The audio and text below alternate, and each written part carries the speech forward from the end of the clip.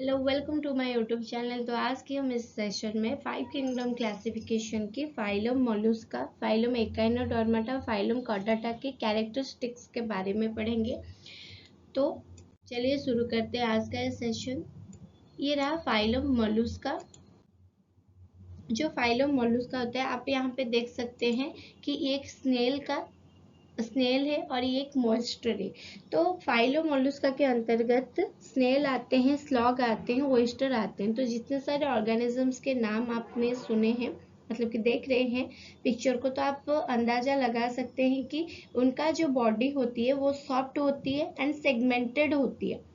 And उनका ये जो शरीर के ऊपर एक सेल पाए जाते हैं, दिस इज द सेल, और ये बहुत हार्ड होती है। यहाँ पे भी ओयस्टर में भी देखिए कि ये सेल है और ये कैल्केरियस सेल है।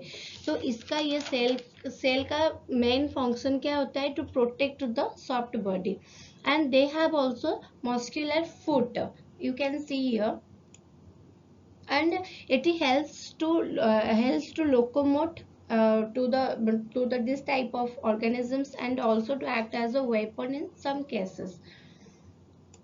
ओके, नेक्स्ट आता है फाइलम एकाइनोडर्माटा। तो इनके अंतर्गत जितने भी सारे ऑर्गेनिजम्स पाए जाते हैं, उनके बॉडी में स्पाइनी, मतलब कि स्पाइन होते हैं, उनका बॉडी अनसेगमेंटेड होते हैं, and they are marine animal. And उनका जो शरीर होती है वो एक्सोस्केलेटन होती है, और उनका शरीर के ऊपर स्पाइन मिलता है। एंड उनका ट्यूब फीट होती है, जिसके माध्यम से वो एक जगह से दूसरी जगह में मूवमेंट कर सकते हैं।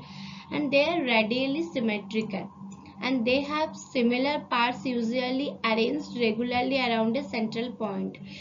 आप स्टारफिश देखे हैं, बिटेल देखे हैं, तो उनका जो बॉडी का अरेंजमेंट होती है वो सिमिलर, आप स्टारफिश ऐसे देख सकते हैं।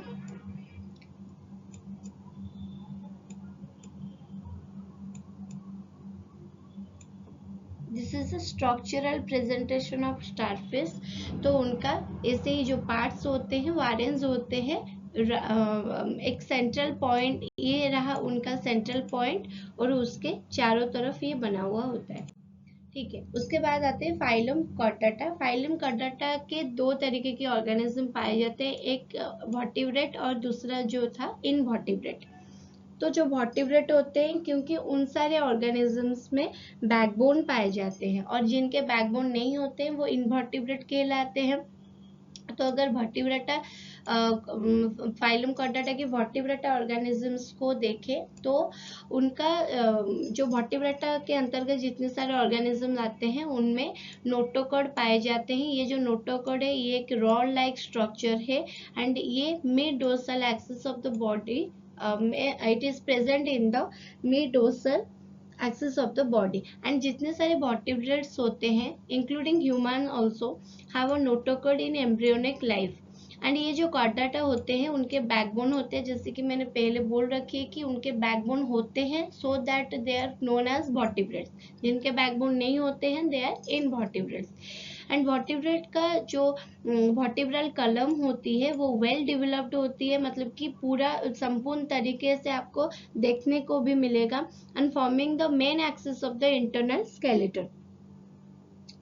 तो अगर आप अपने बैक साइड में जो टच करेंगे, आपको वो जो वर्टिब्रल कलम है, आपको आप जान पाओगे कि ये हमारा वर्टिब्रल कलम है, जो कि एग्जैक्ट मेन एक्सिस होता है हमारा जो स्केलेटन के। And this animals have a head and a trunk and 2 pairs of appendages. तो अपेंडेजेस का मतलब हो गया लेग, तो इनके हेड भी पाए जाते हैं, ट्रंक भी पाए जाते हैं, 2 pairs of appendages, but in human case there are only 1 pair of appendages, मतलब कि we have only 2 legs, that means 1 pair of leg. and gill slits are present at some time in their life, जैसे कि fishes हो गया, due to gill they can respirate inside the water.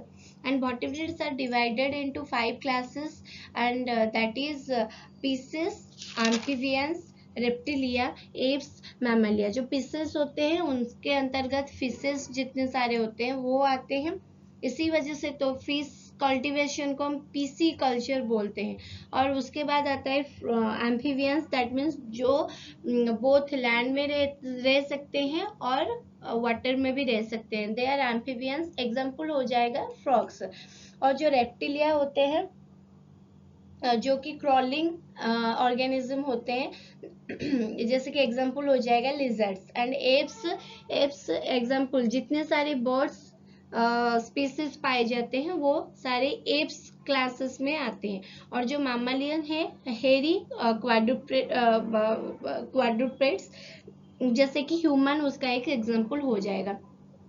तो हम 1 bye 1 अगले session में इस सारे क्लासेस के बारे में पढ़ेंगे, साथ ही साथ हम इनवर्टिब्रेट्स के बारे में भी डिस्कशन करेंगे। तब तक वीडियो को लाइक, सब्सक्राइब और शेयर जरूर कीजिए।